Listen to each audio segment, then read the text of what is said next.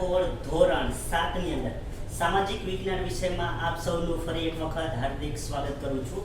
આપણે જોઈ રહ્યા હતા પ્રકરણ નંબર 5 જેમના ભાગ 2 ની અંદર અમુક પ્રકારે જે વિચરતી જાતિ હતી એ જાતિના ક્ષેત્રો વિશેની આપણે ચર્ચા કરી। હવે ત્યારબાદ આપણે જોઈએ છીએ તો એમની અંદર પેલું છે જનજાતિ અને વિચરતી જાતિઓની સંસ્કૃતિ। તેમની સંસ્કૃતિ વિશે આપણે હવે વાત કરીએ છીએ તો સૌપ્રથમ આવી કેટલીક જે વિચરતી જાતિઓ હતી જે વિમુક્ત હતી, વિમુક્ત એટલે બીજાઓથી દૂર। તો આ વિચરતી જાતિઓ છે એ શું કરતી હતી તો કે ઘેટા બકરા, ઘોડા, ગાય ભેંસ અને બળદ, ખાસ યાદ રાખજો ઘેડા બકરા, ઘોડા, ગાય ભેંસ અને બળદ જેવા પશુઓ પાળતી અને એ પશુઓને શું કરતી વેપાર સાથે સંકળાયેલી હતી। એટલે કે એમાંથી મળતી પેદાશોનું વેચાણ કરતી અને ક્યારેક આવા પશુઓનું પણ વેચાણ કરતી કે કોઈ ખેડૂતને બળદની જરૂરિયાત હોય તો એ બળદ વેચી પણ દે। કોઈ એવી જ રીતે વ્યક્તિ જે છે એ ગાય રાખવા માંગતા હોય કે કોઈ એવા વ્યક્તિઓ ઘોડા રાખવા માંગતા હોય તો આ વિચરતી જાતિઓ પાસે રહેલા આવા ઘોડાઓ એમને વેચી પણ દેતી। તો આ રીતે આ જનજાતિ છે એ પોતાનો વેપાર કરતી અને એ વેપાર દ્વારા પોતાની આવક છે એ મેળવતી હતી। અને આવા પ્રકારની જે વિવિધ જાતિઓ હતી એમાંથી અમુક લોકો છે ને એ ફેરિયા તરીકેનું પણ કામ કરતા। અને ફેરિયા તમે આજે જાણો છો આપણી શેરીમાં જે છે એ રેકડી લઈને ઘણી વખત તો પોતાની માથે ટોપલા બાંધીને પણ આવે છે તો એને આપણે ફેરિયા કહીએ છીએ। તો આવા ફેરિયા તરીકે પણ આવી વિચરતી જાતિઓ છે એ એક ગામથી બીજે ગામ જઈને જો પગપાળા, ફેરિયા પગપાળા જતા। આપણે ઓલી એક વાર્તા પણ સાંભળેલી છે કે ફેરિયો હતો બીજે ગામ જતો તો વચ્ચે જંગલમાં છે એ એક ઝાડના વૃક્ષ નીચે આરામ કરવા માટે બેઠો અને એના માથેની ટોપી છે એ વાંદરો લઈ ગયો પછી તો જો એમાં એ ફેરિયો આવે છે તો એ ફેરિયા જે છે એ એક ગામથી બીજે ગામ પગપાળા ચાલીને જતા અને એ લોકો જે છે એ પણ વેચવાનું કામ જ કરતા અને એ કઈ વસ્તુ વેચતા એ આપણે આગળ જોઈએ।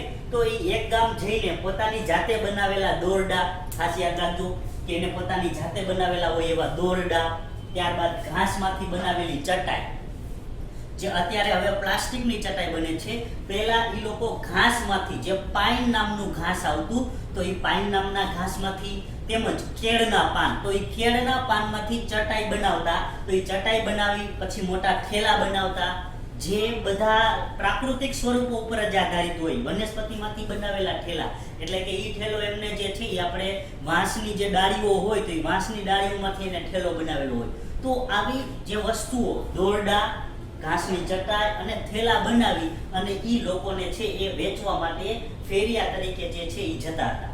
અને ફેરિયાઓ સાથે સાથે બંગડી, સૌંદર્ય પ્રસાધનના સાધનો પણ સાથે જોડાયેલા હતા। આવા ફેરિયા લોકો જે છે એ તો સ્ત્રીઓના સૌંદર્ય પ્રસાધનના સાધનો, બંગડી અને એની સાથે સાથે લિપસ્ટિક હોય, પછી ઘણી બધી માથામાં નાખવાની રિંગ, આવી બધી વસ્તુઓ છે એ વેચવા આની સાથે જોડાયેલા હતા। તો આવી બધી વસ્તુઓ છે એ વેચતા હતા। આજે આ બધી વસ્તુઓ સ્ટીલ અને પ્લાસ્ટિકની આવે છે, પેલા આ બધી વસ્તુઓ માંસમાંથી એ રીતે બનાવી અને એ વેચતા હતા।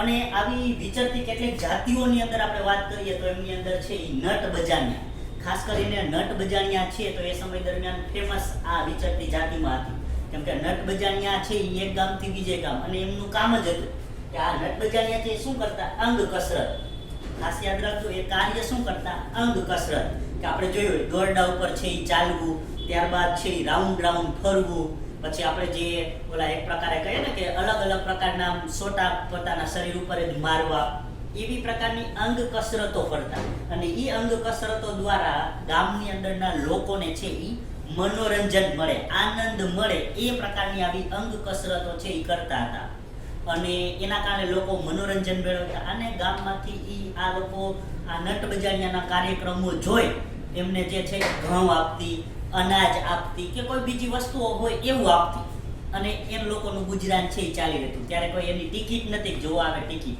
પણ એ શેરી નાટક હોય, શેરીની અંદર જ ભજવવામાં આવતું હોય અને ખાસ કરીને સાંજના સમયે લાઇટિંગ કરે પછી ભજવતા।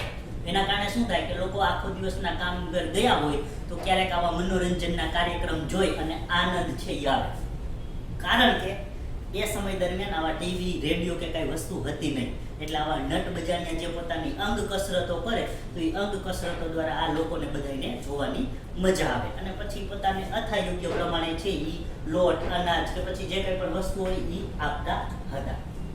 તો આવા નટ બજારિયા પણ વિચરતી જાતિઓમાં, કેમ કે એ એક ગામની અંદર 2 થી 3 દિવસ છે એ પોતાના આ કાર્યક્રમ કરે, પછી બીજા ગામની અંદર ત્યાં 2-3 દિવસ, ત્રીજા ગામની અંદર, એટલે આ રીતે એ નટ બજારિયા છે એ ફરતા રહેતા હોય છે. તો એ પણ વિચરતી જાતિની અંદર આવે છે નટ બજારિયા, એ પણ યાદ રાખજો.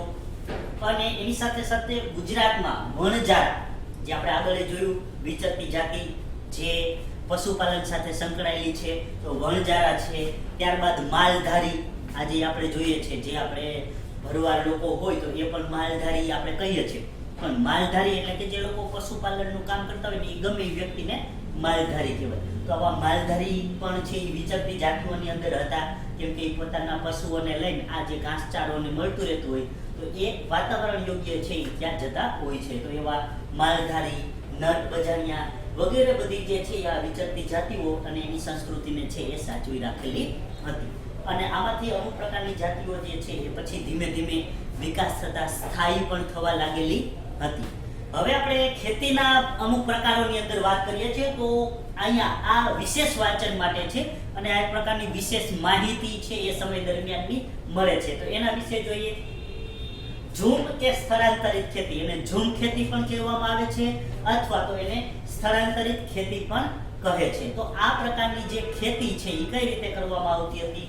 તો કે જંગલોના વૃક્ષો કાપી અને પછી તેને સળગાવી નાખે. એ જે વૃક્ષો હોય ને એને સળગાવી નાખે, એ રાખ થઈ જાય. એ રાખ થાય પછી શું કરે, ત્યાં સાફ કરી નાખે મેદાન, સપાટ મેદાન સાફ કર્યા બાદ એને ખેડ કરે, હળ દ્વારા કે અન્ય સાધનો જેની પાસે હતા તો એના દ્વારા ખેડ કરે, અને એ ખેડ કર્યા બાદ ત્યાં ખેતી કરવામાં આવતી હતી. તો આ પદ્ધતિને છે એ સ્થળાંતરિત ખેતી કહેવામાં આવતી હતી. સ્થળાંતરિત શા માટે એનું પણ તમને છે એક કન્ક્લુઝન આપી દઉં. તો કે ઈ લોકો આ રીતે હવે ખેતી તૈયાર કરી અને ખેતર ખેડી અને પાકનું ઉત્પાદન કરે.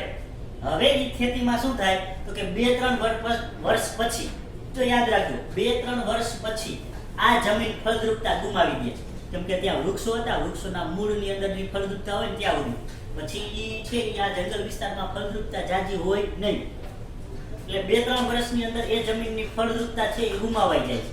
અને એ ફળદ્રુપતા જ્યારે ઘટી જાય છે તો ત્યારે હવે એ લોકો ત્યાં ખેતી નથી કરતા, બીજી જગ્યાએ વહી જાય. આ વૃક્ષોને કાપી દીધા હોય એ જગ્યા હવે મૂકી દે એટલે પાછા એમના વૃક્ષો ઓટોમેટિક ઉગડવાની છે. એટલે એ લોકો શું થાય છે તો કે ફળદ્રુપતા ઘટી જાય અને બીજી જગ્યાએ જાય, અને બીજી જગ્યાએ જઈને આ જ રીતે ખેતી કરે. બીજી જગ્યાએ જઈને આ જ રીતે ખેતી, આ રીતે એટલે કહે તો કે બીજી જગ્યાએ જઈને જ્યાં વૃક્ષો કાપી નાખે, વૃક્ષો કાપી નાખ્યા બાદ વૃક્ષોને સળગાવી દે. એ સળગાવી દીધા બાદ એ હવે જે ભાગ હોય ને એને સાફ કરે, સાફ કરીને પછી ખેડ કરે, ખેડ કરીને વાવેતર કરે. આ રીતે ફરી પાછી એ જ પ્રોસેસ. તો આ રીતે બીજી જગ્યાએ જઈને કરે તો આવા પ્રકારની જે ખેતી કરવામાં આવતી એ ખેતીને ઝૂમ ખેતી કહેવામાં આવે છે અથવા તો સ્થળાંતરિત ખેતી પણ કહે છે. તો આ માહિતી પણ અગત્યની, અને ઝૂમ ખેતી વિશે તમને ફરી પાછા ધોરણ 10 ની અંદર વધુ પ્રમાણમાં આવશે, એટલે આ માહિતી પણ અગત્યની છે. સ્ક્રીનશોટ તમે એનું લઈ શકો છો.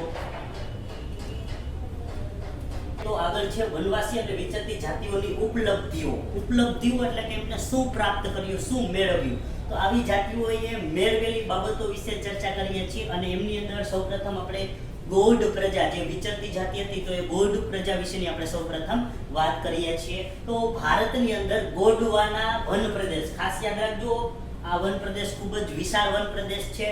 તો જે ગોંડવાના લેન્ડ તરીકે પણ આજે ઓળખાય છે. તો એ ગોંડવાના વન પ્રદેશમાં આ પ્રજા રહેતી હતી, અને આ ગોંડવાના વન પ્રદેશની અંદર રહેવાને કારણે આ પ્રજા છે એ ગોંડ પ્રજા તરીકે છે એ ગોંડ પ્રજા તરીકે ઓળખાય. અને સાથે સાથે ભારતની અંદર જૂનામાં જૂની જનજાતિની અંદર આ વિચરતી જાતિઓની અંદર આ ગોંડ પ્રજાનો સમાવેશ થતો હતો, કેમ કે શક્તિશાળી હતી. એટલે જે કંઈ પણ વિચરતી જાતિઓ હતી એ સમુદાયને પોતાની અંદર એમને મેળવી લીધેલા હતા. તો આવી ગોંડ પ્રજા જે છે એ સમયની જૂનામાં જૂની જાતિની અંદર એનો સમાવેશ કરવામાં આવે છે. અને એની સાથે સાથે તેઓએ સ્થળાંતરિત ખેતી, જો આપણે હમણાં જે સ્થળાંતરિત ખેતી વિશેનો મુદ્દો એટલે જ સમજ્યા કે તમને હવે અહીંયા એ સ્થળાંતરિત ખેતી કેવા પ્રકારની કરતા હતા એનો ખ્યાલ આવી જાય. તો આ જે ગોંડ લોકો હતા, ગોંડ પ્રજા હતી, એ પ્રજા સ્થળાંતરિત ખેતી કરતા હતા, એટલે કે એક જગ્યાએ ફળદ્રુપતા ઘટી જાય બીજી જગ્યાએ, તો આવી સ્થળાંતરિત ખેતી કરતા અને એ ધીમે ધીમે સ્થાયી થતા હવે એ નાના કુળની અંદર વેચાવા લાગ્યા. જો એ નાના કુળોમાં, કેમ કે એમના વિચરતી પ્રજા હોય એટલે એક પરિવારનું બને એ ધીમે ધીમે મોટો થાય એટલે એ હવે એક નાનું કુળ રહેતું. તો નાના કુળની અંદર જે છે એ વહેંચવા લાગ્યા અને આવા નાના નાના કુળોની અંદર વેચાતા હવે આ ગોંડ જે પ્રજા હતી તો એ જાતિની અંદર પ્રત્યેક કુળનો એક રાજા હતો. એટલે કે જેટલા કુળ બન્યા નાના નાના તો એ દરેક નાના નાના કુળમાં એક રાજા. એક રાજા એ કોણ? તો કે એમનો વડીલ વ્યક્તિ, એમનો સરદાર કે એમનો મુખિયા. તો એ કુળનો જે મુખ્ય વડીલ વ્યક્તિ હોય કે જે તમામ જવાબદારી ઉઠાવે તો એ વ્યક્તિ એ કુળનો રાજા ગણાતો હતો. એટલે કે રાજા તરીકેનો દરજ્જો મળતો હતો. તો આ ગોંડ જાતિની અંદર પ્રત્યેક કુળમાં એક રાજા હતો. અને સાથે સાથે ગોંડ રાજવી વિશેની માહિતી આપણને અકબરનામા, હવે તમને અકબરનામા વિશે જણાવી દઉં તો કે અકબરની જે આત્મકથા છે ને એ અકબરનામા તરીકે ઓળખાય છે. તો અકબરની આત્મકથાની અંદર નોંધવામાં આવ્યું છે કે ગઢક ટંગા, ખાસ નામ યાદ રાખજો, અટપટું નામ છે ગઢક ટંગા. તો ગઢક ટંગાની અંદર ગોંડ રાજ્યમાં છે એ 70,000 જેટલા ગામડાઓનો સમાવેશ થતો હતો. વિચાર કરો, 70,000 આટલા બધા ગામડાઓનો વિસ્તાર ધરાવતું આ ગોંડ રાજ્ય હતું. તો ગોંડ રાજ્યની અંદર 70,000 જેટલા ગામડા હતા એ અકબરનામાની અંદર એનો ઉલ્લેખ છે. હવે આપણે આ 70,000 જેટલા ગામડાઓ હતા તો એમની કઈક વ્યવસ્થા કરી હશે ને એમને. તો એમના જે આ રાજ્યો હતા ગોંડ રાજ્ય, તો એમની જે વ્યવસ્થા હતી ને એ કેન્દ્રીય વ્યવસ્થા હતી. કેવી વ્યવસ્થા હતી? કેન્દ્રીય. આજે જેમ કેમ આપણે કેન્દ્ર સરકારનું શાસન ચાલે છે તો આમાં પણ એમનું એક મુખ્ય રાજધાની હતી અને એ મુખ્ય રાજધાની ઉપર એમની જે છે એ આ બાબતો શરૂ થતી હતી. તો એમની કેન્દ્રીય આવી વ્યવસ્થા હતી અને દરેક ગઢ કે જે કેન્દ્રની સાથે જે આ 70,000 ગામડાઓ હતા તો 70,000 ગામડાઓની અંદર 84 ગામ ભેગા થાય ને 84 ગામને ઈ ગઢ કહેતા. તો એમાં એક આ ગઢની પણ વિશેષતા જે છે એ રહેલી હતી. તો ઈ દરેક ગઢની અંદર 84 ગામડાઓનો સમાવેશ થતો. યાદ રાખજો, દરેક ગઢમાં 84 ગામડાઓનો સમાવેશ થતો. એટલે 84 ગામડાઓ ભેગા થાય ઈ એક સમુદાયને ગઢ કહેતા. જેમ આપણે કેમ રાજ્ય કહીએ છીએ, રાજ્યની અંદર જિલ્લા કહીએ છીએ, તો ઈ જિલ્લા ટાઈપ કે જેની અંદર 84 ગામડા ભેગા થાય એટલે જિલ્લો. તો અહીંયા 84 ગામ ભેગા થાય એટલે એને ગઢ કહેતા. અને આવા ગામોના જે એકમો હતા એને પણ પાછા 84 ગામના એકમોને નાના કહેવાય. એટલે કે શહેર ને ગામડાઓમાં એટલે જે દરેક 84 ગામનો જે એક ગઢ હતો ઈ ગઢનો પણ એક પેટા એકમ હતો. અને ઈ પેટા એકમ કેવો હતો? 12 હોતો. ખાસ નામ યાદ રાખજો, ઈ પેટા એકમ છે ઈ 12 હોતોમાં વહેંચાયેલું છે, એ વહેંચાયેલ હતો. અને આના કારણે આ એકમ છે ઈ આ એકમની અંદર આ પ્રકારે છે ઈ વ્યવસ્થા, આ રાજ્યની વ્યવસ્થા છે. ફરી પાછી જણાવી દઉં, કેન્દ્રીય વ્યવસ્થા હતી, 84 ગામનો એક ગઢ હતો અને ગઢ પણ નાના એકમોમાં વહેંચાયેલો હતો. 84 ગામના પેટા એકમ જે છે એટલે કે એનો પેટા એકમ એને 12 હોતો કહેવામાં આવતો હતો, કેમ કે એમની અંદર એક ઈ વિભાગની અંદર 12 ગામડાઓનો સમાવેશ છે. ઈ 12 ગામડાઓનો સમાવેશ કરતો એકમ, ઈ એનો પેટા એકમ નાનો. ત્યારબાદ મોટા રાજ્યનો ઉદય થયો. એટલે કે હવે જે આ વિશાળ સામ્રાજ્ય 70,000 જેટલા હતા તો આનું સામ્રાજ્ય છે એ મોટું થયું. અને આ મોટું થતા એમાં પરિવર્તન આવ્યું અને પરિવર્તન આવતા હવે એ પોતાની જાતને મૂળભૂત છે એ રાજપૂત તરીકે છે એ માન્યતા મેળવવા માંગતા હતા. જો આ લોકો, કેમ કે એ સમય દરમિયાન પેલા વર્ણ વ્યવસ્થા હતી, વર્ણમાંથી લોકો હવે જાતિ અને જ્ઞાતિમાં આવતા હતા. તો એના કારણે પરિવર્તન થતા હવે એ લોકો રાજપૂત તરીકે પોતે માન્યતા મેળવવા માંગતા હતા. અને આના કારણે એને કેવું કર્યું એના વિશે આપણે હવે જોઈએ. તો કે આ માટે એમને એક પ્રયુક્તિ કરી કે જેના દ્વારા એ સમય દરમિયાનના રાજા હતા અમનદાસ. નામ ખાસ યાદ રાખજો, અમનદાસ. તો અમનદાસે જે છે એ સંગ્રામશાહી પદ્ધતિની શરૂઆત કરેલી હતી. સંગ્રામશાહી એટલે શું? તો કે યુદ્ધ કરીને બીજો પ્રદેશ જીતવું, એને કહેવાય સંગ્રામશાહી પદ્ધતિ. તો આવી સંગ્રામશાહી પદ્ધતિની શરૂઆત કરી એટલે એમને પોતાનું વિશાળ સામ્રાજ્ય બનાવ્યું. અને આ વિશાળ સામ્રાજ્ય બનાવી હવે જો એને રાજપૂત બનવું તો એટલા માટે શું કર્યું? તો કે આ વિશાળ સામ્રાજ્ય એને બનાવી અને પછી પોતાનો પુત્ર હતો જેમનું નામ છે દલપત. ખાસ યાદ રાખજો, એમનો પુત્ર હતો દલપત, એમને છે ઈ મહોબા. તો મહોબાના જે રાજકુમાર એટલે કે મહોબાના જે ચંદેલો હતા, ચંદેલ રાજપૂતો, તો એ ચંદેલ રાજપૂત રાજાની જે રાજકુમારી હતી એટલે કે ચંદેલ રાજાની પુત્રી, તો એમની પુત્રી રાજકુમારી દુર્ગાવતી, આ નામ પણ યાદ રાખજો. તો રાજકુમારી દુર્ગાવતી સાથે જે છે એ દલપતના લગ્ન છે એ દલપતના લગ્ન કરાવ્યા. અને આ રીતે હવે જે ગોંડ રાજવીઓ હતા તો એ ગોંડ રાજવીઓ છે એ હવે પછી શું થાય તો કે હવે દુર્ગાવતી અને દલપતના જે સંતાનો થાય તો એ સંતાનો રાજપૂત તરીકે ઓળખાય, કેમ કે આ રાજપૂત કન્યા હતી. તો એના કારણે પછી આ જે હવે ગોંડ હતા એ ગોંડ રાજપૂતો તરીકે ઓળખાવા લાગ્યા.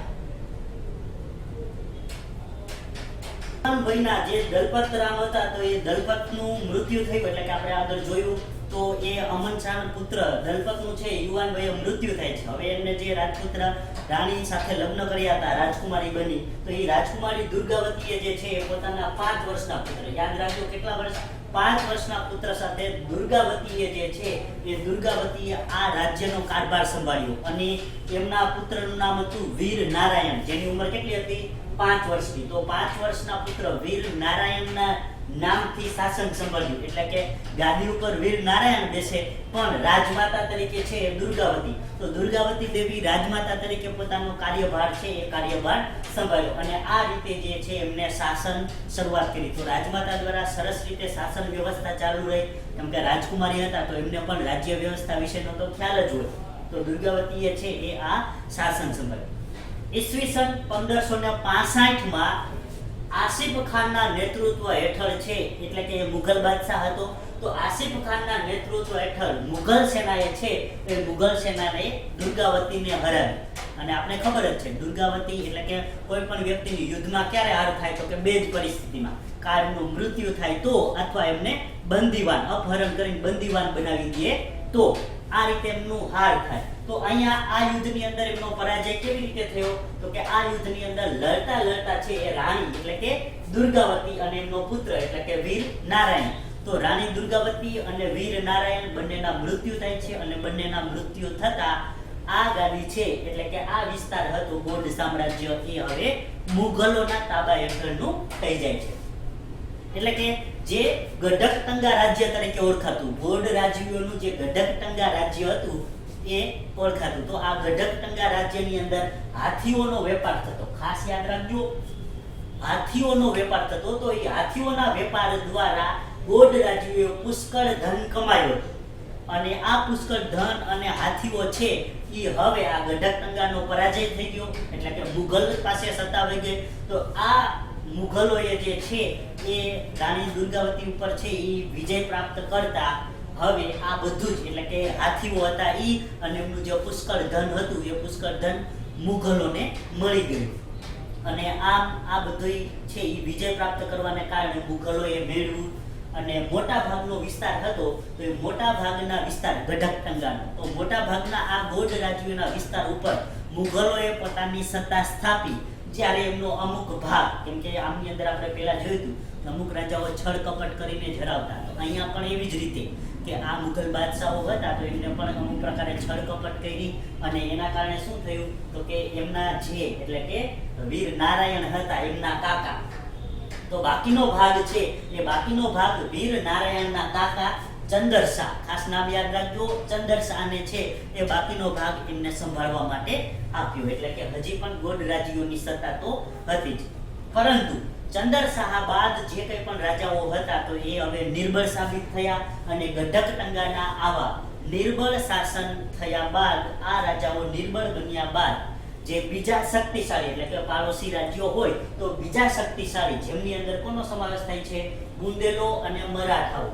તો બુંદેલો અને મરાઠાઓએ આ ગઢકટંગા પર છે એ આક્રમણો કર્યા, એટલે કે ગોંડ રાજવીઓ ઉપર આક્રમણ કર્યા. અને બુંદેલો અને મરાઠાઓના આક્રમણો સામે આ ગોંડ રાજવીઓ ટકી શક્યા નહીં.